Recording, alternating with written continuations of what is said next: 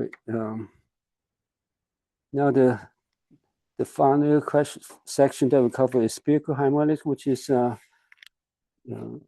quite important in terms of the usage, because you use that for like quantum mechanics and E&M.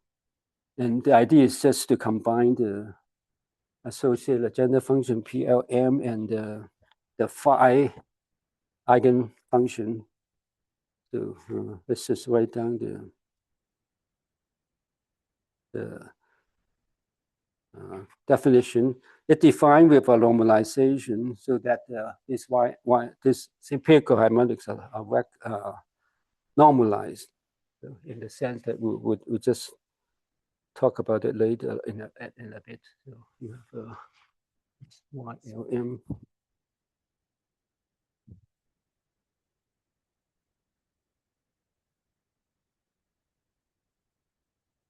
M is in the superscript again. Usually it's right in theta and phi. I mean, in the agenda polynomial or agenda associated agenda function, sometimes you use x instead of cosine theta, but for spherical harmonic, usually use the argument of the angle. It's defined as the normalization. It's 1 over 4 pi. Normalize M. There we go. Normalize M. There we go. PLM. Sine theta. IM phi. Okay. So you're combining the theta solution and then the phi solution. Right. And then the idea is that after you, with this complicated coefficient in front of normalization, then it satisfies the orthonormal condition, combining the both terms. So you have a double integrate 0 to 2 pi the phi, and the theta, you have the sine theta, d theta, we combine the dx, right? So 0 to pi, and then you have YLM complex conjugate, and actually you should actually use it. Sometimes some people use both in the subscript, like Jackson used both LM in the subscript, but this textbook using superscript, so like L in your textbook is L1, M1, theta, cosine theta, or theta phi, theta. Y. That's a complex conjugate. L2, M2. It's normalized such that they are quantical delta L1, L2, M2. Okay, so that is why we define with this coefficient, and you can see that why this is what this is come from. So part of that is coming from the normalization of this thing that we talk about. We derive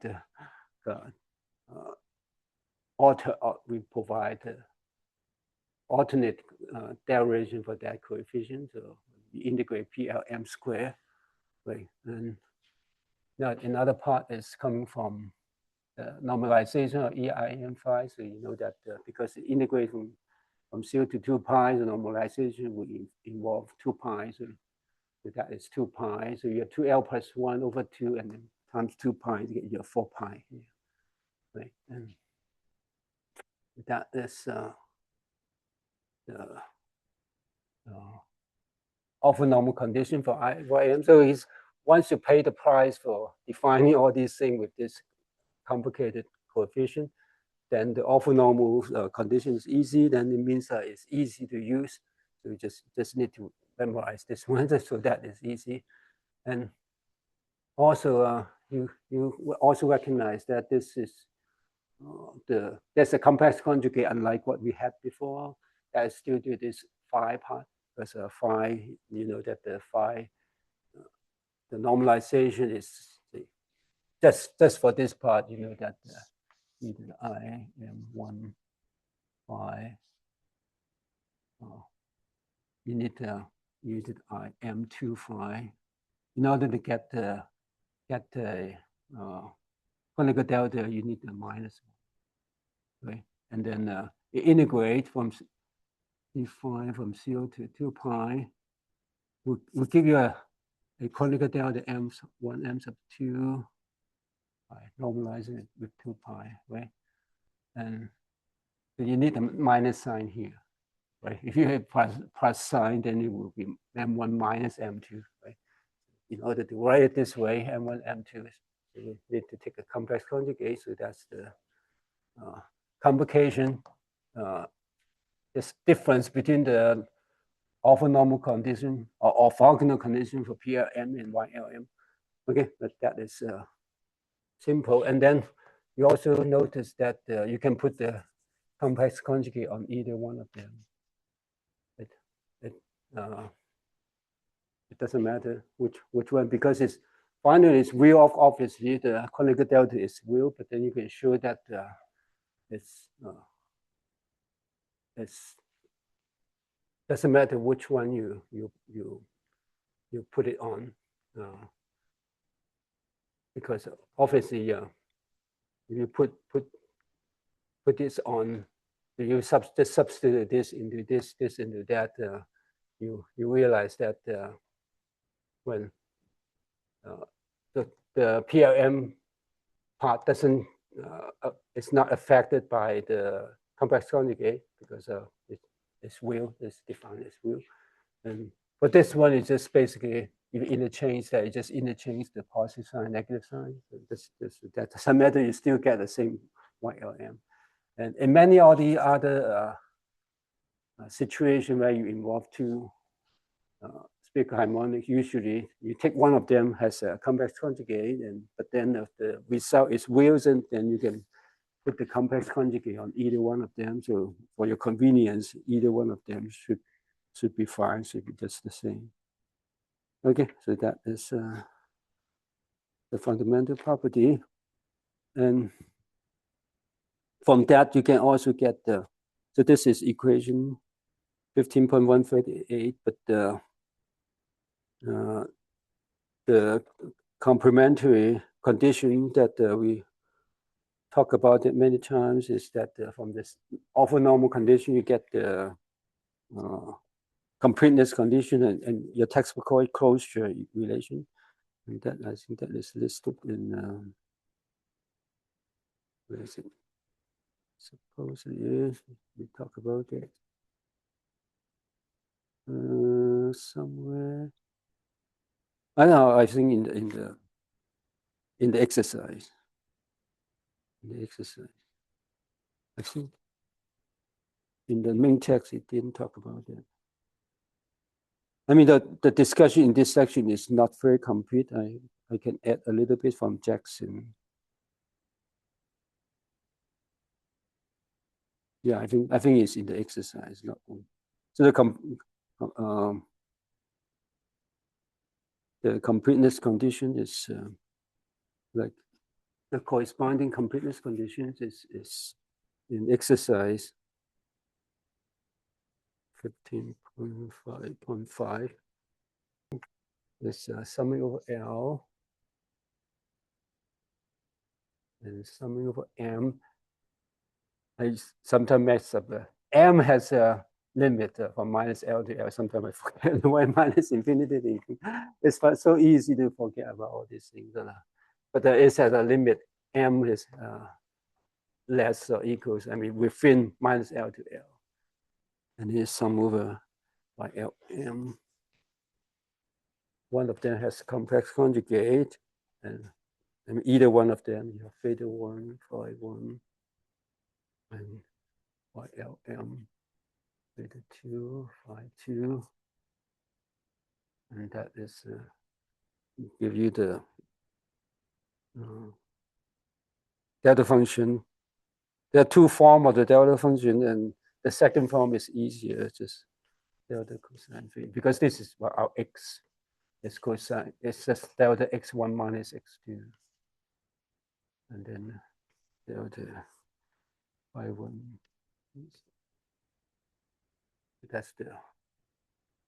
That's the so-called closure relation. I mean, you can get one from, you can get this from this one. You remember how to get this from this one, right? You remember?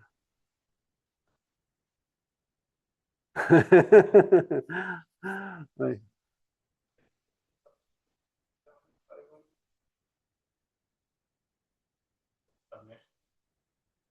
Yeah. I mean, you probably get the idea, but the process is like what we did before. Just once you have the orthogonal conditions, just like what we did, like Fourier series, Fourier transform, or the Legendre series and Bessel series, all that. You define another expansion in your textbook called Laplace expansion. Basically, expansion of function in theta and phi in terms of YLM. Right. So, it's not green function yet. We'll mention what the form of green function using spherical harmonics. The green function is another expansion of using YLM for one kind of functional form, but the green function has the radial part also. So it combining angular part and radial part. I'll write down the form for you later in a bit.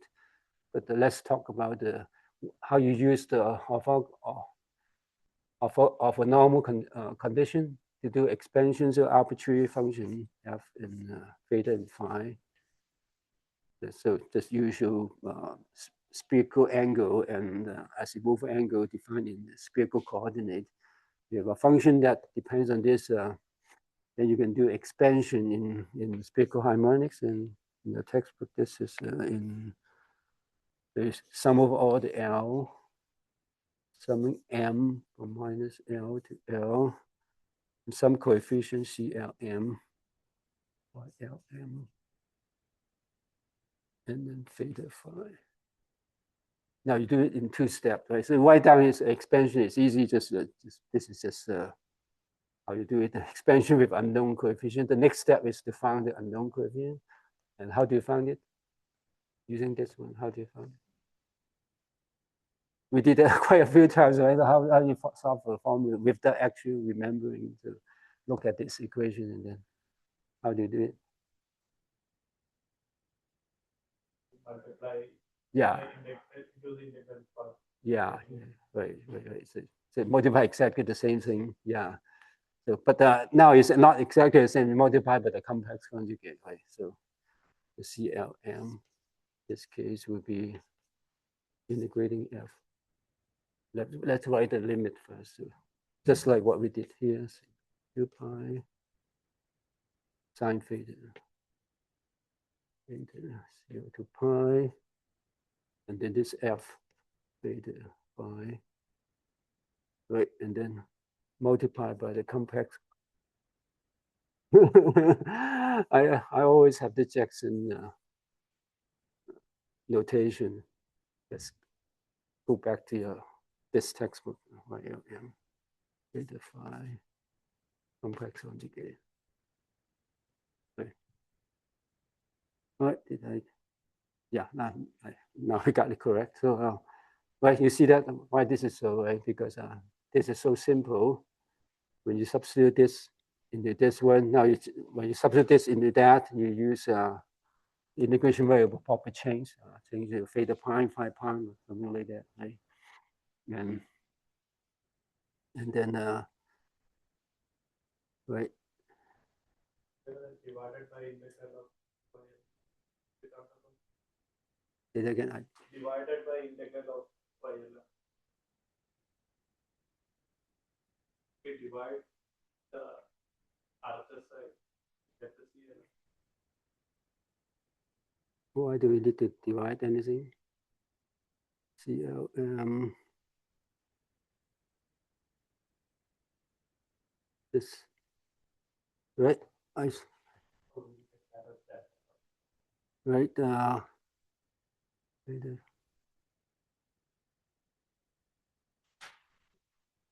Yeah, I take that back. I'm not changing theta, but I'm changing alpine. Right now, the CLM. Right now, maybe we can look at it different way. Putting CLM here, so and then you're integration. This is integration variable, so you change that. Yeah, change that to theta and phi, and then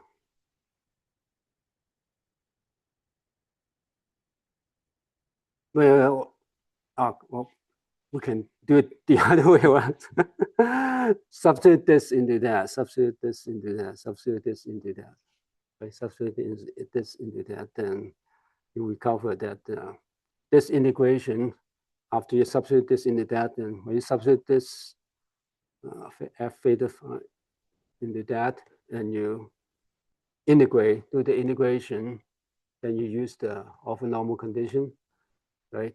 And then you get the delta L1. This thing. I was just trying to save some time because we are so familiar with this. So substitute this into that. So you're integrating CL phi, CL pi, theta, pi, and the F is because we already multiply LM, so this is why fix L and M. And then when you substitute this into that, we change that L pi, let's see to infinity, M pi from minus L pi to L pi, and then CLM, L pi, M pi,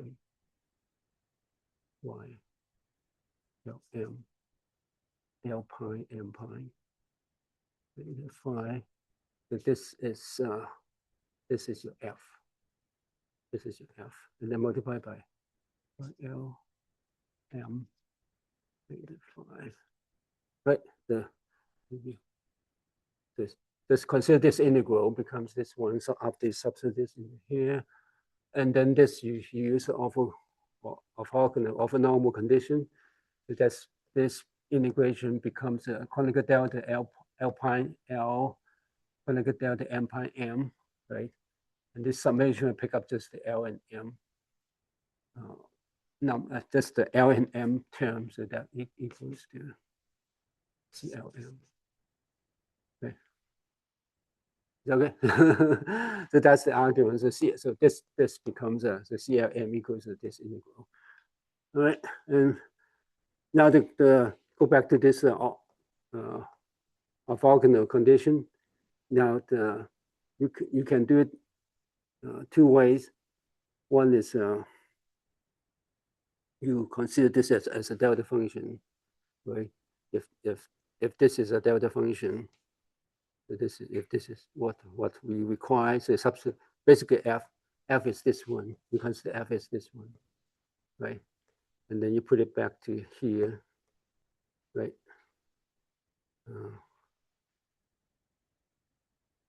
So put it back to here. So delta function, if this you substitute this into here, right? Then what happens is CLM will be so whatever you have theta. I see one of them is theta. This is theta. This is one. This is one. Right. Then after substitute this into this becomes d cosine theta, right? This will be d cosine theta 1.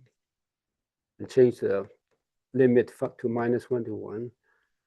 And so that is just basically give you YLM. Complex conjugate, theta 2 by 2. But now, After that, you substitute this back to here, right? And this is your delta theta 1 by 1, right? And that equals to sum over L and M. And put this into here, L, M. And change that to theta 2, phi 2. And this is theta 1, phi 1. Right? It's okay. One way to do it, and another way to do it is substitute that in the integral. The integral of this one, right? I should say, or sub. Which integral? F theta is CLM. Yeah, put this CLM, this integral in here, and require that this satisfy for F or F, any arbitrary F. Then you put this into here. You have summation of this times that, and require that to recover F. And you need the same completeness condition. So either way, you get the same condition, right? So basically, that's how you recover from a orthonormal condition to the completeness condition, the closure relation. It's okay. So we've done that many times. I think we cover a little bit, not in the same order as your textbook, but most of them. Now, what else? The textbook then listed, not quite yet. There's a Cartesian representation that actually should be compared with the list. Was the table 15.4 listed a few of these YLM, which is important to use them. Yeah. And with all this, the series, Laplace series.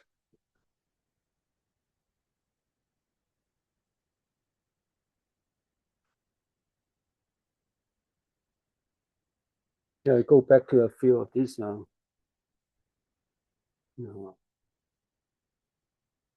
The lower values of L and M to see some special value. Because of this complicated normalization, the form is not too easy to memorize. So the lowest one is L is 0, and then you only have one M, because M is from minus L to L, which now is just 0. So in that case, it's actually a constant. 1/4 pi. The one, actually, this definition, one direct consequence that is easy to see is that M is 0, or L, M is 0. If this, you choose this as 0, beta and phi. It's simple because you just set M equals 0.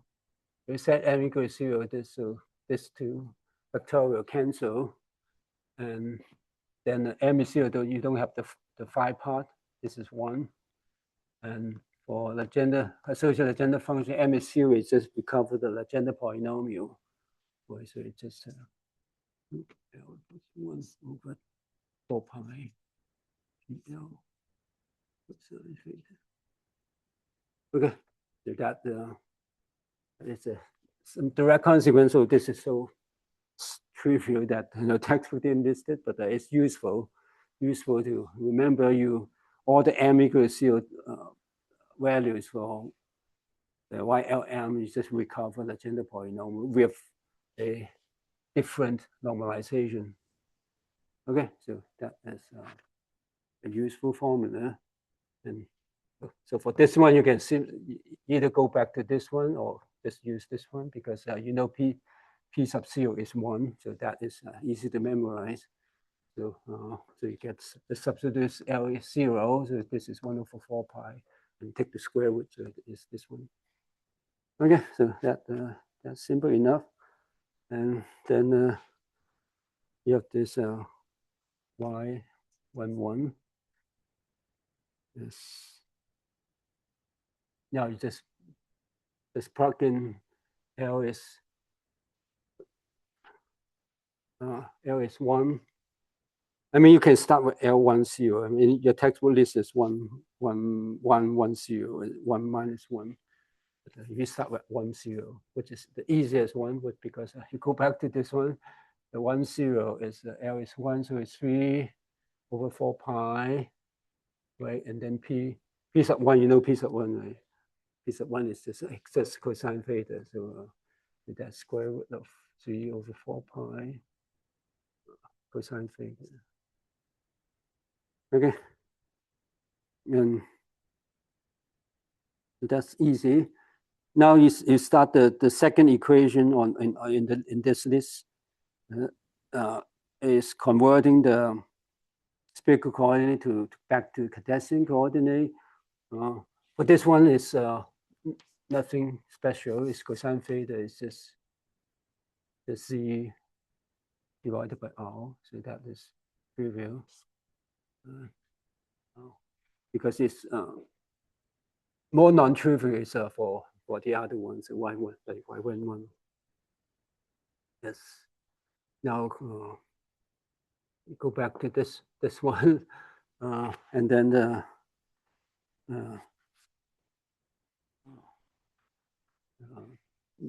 you either need to look up the P11 or use the special case that we talked about with when L equals to M. We last I think we have a simple discussion what that value is. Let's look up that back to that formula. P11 PMM is yeah, in the equation 15.93.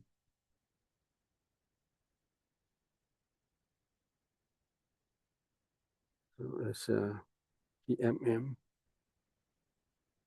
is x is minus 1 to the m minus 1 double factorial 1 minus x squared m over 2. And last time we mentioned that if you go back to theta, this is sine squared theta to the m over 2, or sine theta to the m power, right? So the 1 you can use that directly instead of going back to this, because you still need this value of 1, right? So 1 is minus sine 2. This is 1 double factorial is 1. So basically, it's just sine theta, the sine theta with P11. This part is just sine theta minus sine theta, and then this is 1. So the square root of is 3 over 4 pi. You have a negative sign.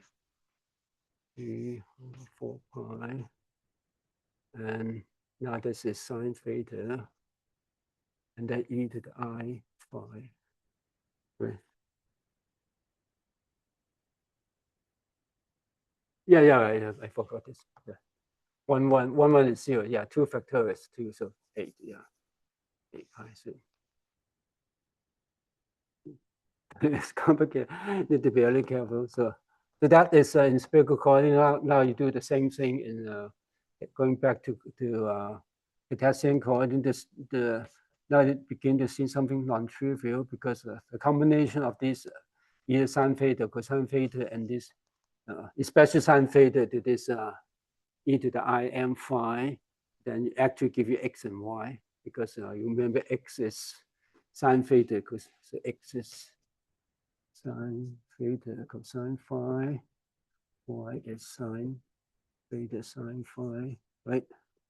And then you use the Euler relation, so this becomes minus 3 pi sine theta cosine phi x, and then plus I y, and divided by r, of course, obviously.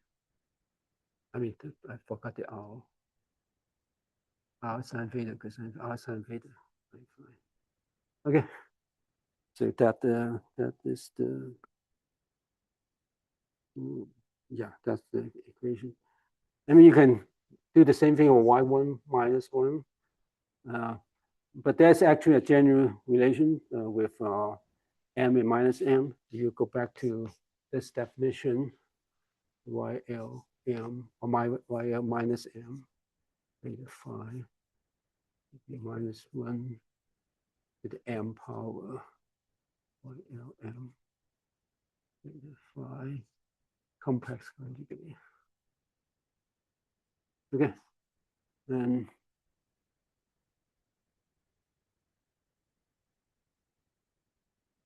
you see that basically you need the corresponding relation with PL minus M, because that relation that we mentioned before when we talk about the Rodriguez formula, because PL minus M is minus 1 to the M power. It's a little bit complicated, but useful. Okay, that is equation 15.81. We use that. You use that. Just use the change this to minus m. Does it become plus m minus m? This become minus m. This become minus m. That becomes a complex conjugate of e to the im, right? And other things are real, but p minus m, you can use this with to get to this factor, right? Just basically put that back to here, and then because this changed to plus m minus n, right?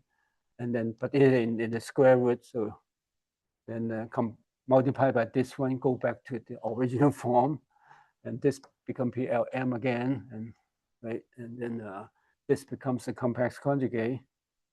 So combine everything except this minus 1 to the m power, and the rest is the complex conjugate of the original YLM. Right, so you can see that just basically combining these two. So therefore, this you don't actually have to do other things. So you just basically just use that formula. Use this formula. You don't have to go back to here. Just changing you have minus 1 to m. M now is 1, so change the minus sign to plus sign. And then sine theta e to the minus I pi. And then the same thing here. You go back to Cartesian coordinate.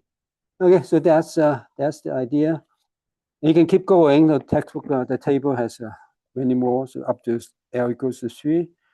And that's the same idea. And the theta and phi part always multiply to things like that, Cartesian coordinate, and divided by r to a certain power in the denominator. Okay, and that's kind of nice. Because sometimes when you do integration, you might want to do a Cartesian coordinate integration, or that might be easier. Or,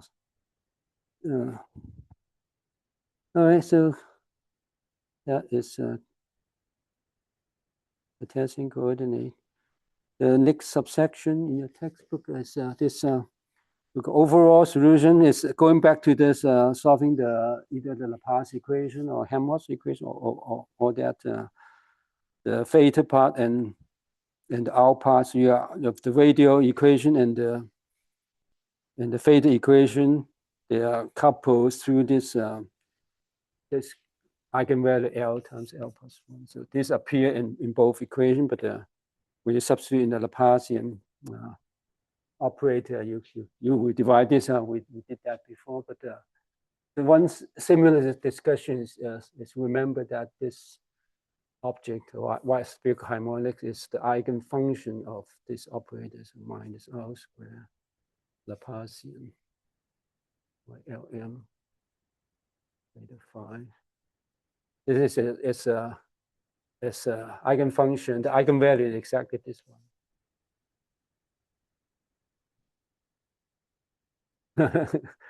YLM. Okay, so this one, it's just coming from exactly the discussion in your textbook. You just solve it by the separable solution, and you convince yourself that this is the condition, right?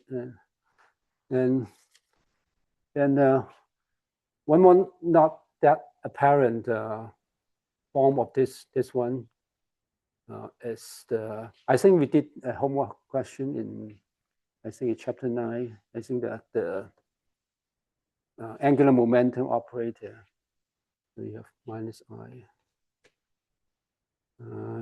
my r cos squared, r cos grad square. Right. Instead of this operator is the YM is also eigenfunction of this operator. What we call the angular momentum, although mathematically it's not an angular momentum, but you apply in physics, especially quantum mechanics, that is your angular momentum operator. The square of that is also operate this eigenfunction with the same eigenvalue.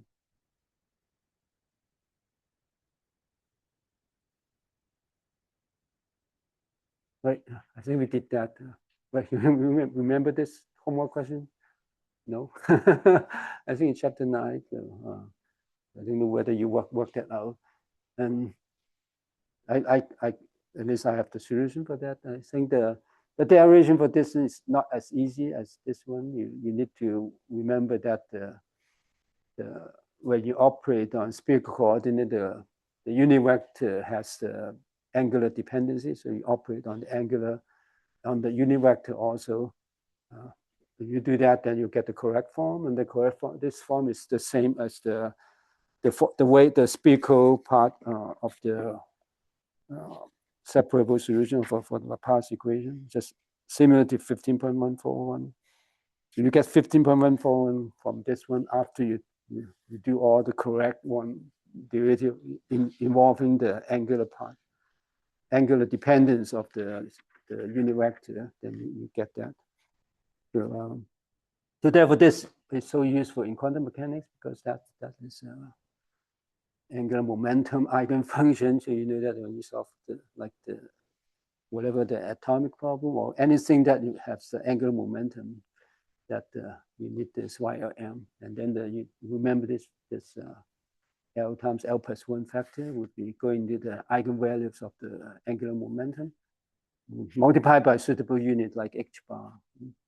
That those are the quantum mechanical application. All right.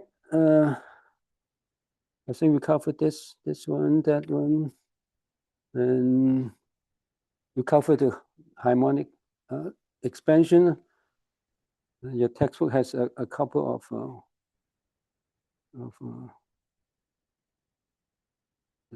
example to it's like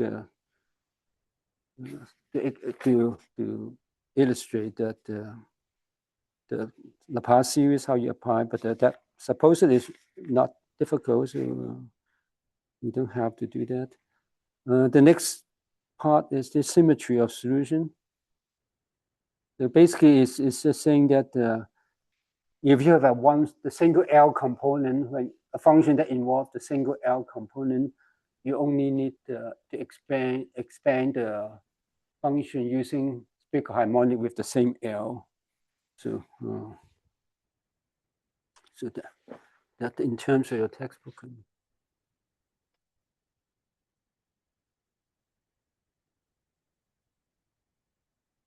What I did to well, anyway, if you have any function that involves just L, so just basically one YLM component, but different theta pi, so theta pi and phi pi. That when you do an expansion of this function, and theta pi and phi pi is just a different coordinate system. So you have a big coordinate system. Original one is theta phi, projection phi. But if you rotate this to a different coordinate system, say rotate to, right, then the same thing that this will be a theta pi, and then projection is a phi pi. It's difficult to draw. But if you rotate your coordinate system, obviously the angular, fixing the same origin, you rotate it, you change the theta pi and phi pi from theta and phi. So you can figure out the transformation. But then you can also write that, because this is still a function of the original spherical angle in phi, as phi, theta, and phi. So you can do the expansion or a transformation like sum over m. That case m pi. M pi. This is just notation for the coefficient. So you involve L and M, and L, M, and M pi, sum over M pi. Y, L, M pi. Okay, just generally, just the idea is just involving the same L. It won't need the other L, the expansion. But, so that is one useful condition. But there's another one that is not talked about in your textbook, but listed in an important section in Jackson, a separate section. It's called additional theorem. So it's I think I just copied that from Jackson. It's PL cosine gamma. We'll define gamma later. It's 4 pi over 2L. This is in Jackson. I move it M. Now using your textbook notation. Pi, phi, pi. Complex conjugate. LM. Theta, phi. And this angle is it's just like what we did here. So if you have two angles, so you have a coordinate system, you have two angles. One has this spherical angle theta and a smooth angle phi, and then in another vector that has a theta pi and phi pi angle, and the angle between these two, whatever vector is gamma. Because you can consider this a unit vector, right? Consider this one has theta, this one has theta pi, and the projection, this one has phi, this one has phi pi, right? And the obviously cosine gamma is just the dot product between these two unit vector, and you can convince yourself that is cosine theta pi cosine theta sine theta pi cosine phi minus phi pi. Right? It's a little bit complicated, but it's easy to you just take the dot product between these two unit vector, you get this one. Okay. So this, if you use this cosine, this is also a cosine function, and put it in the general polynomial, and that you can prove that this is your expansion. So you figure out all the expansion coefficient. But the idea is also you sum over just the same L. You don't involve more L. You don't sum over L. You just, with the same L, you just do the sum over different M, where M from minus L to L. Okay, is that okay? So that's the additional theorem. I mean, your example, the next example in your textbook has this something similar. It's basically L equals to 1. It has two vectors. One is R. This is EU. I think this is EU. Wherever you go it. I think this is called EU. E sub U unit vector, and the original unit vector is R or R hat. Right. I mean the text of keeping R first and then divided by R. Basically, that divided by R give you the unit vector. So that the R. So this object in your textbook, the example 15.5.3. EU or out on U. This is the same. It's the same. It's given by combination of this kind of object where L equals to 1. L equals to 1. And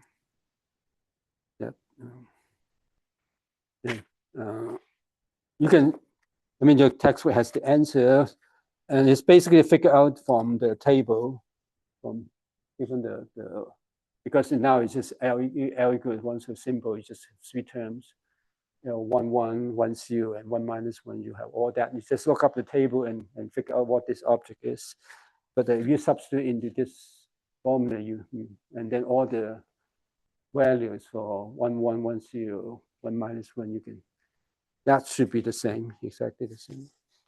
But we are out of time, so we don't have enough time to go through that.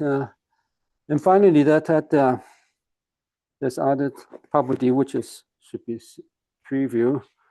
So this the next equation YLM for theta is 0, and for phi, and that is then convince yourself this is M0. So basically, for all the YLM with non-zero M, then the boundary value will be 0. The x equals 0 or theta equals 0, x equals 1 or theta equals 0. And that can be, that can coming from this if you just figure out the property. But if you quickly look at the table, you know that all this M is non-zero term has sine theta.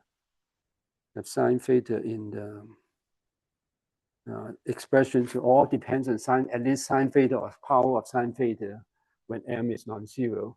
So when you set theta is to 0, it will be 0. And then the normalization constant is also, you can come back from this, go back to this one and get the value. So like for M equals 0, this is 1. M equals 0, this is a tangent polynomial.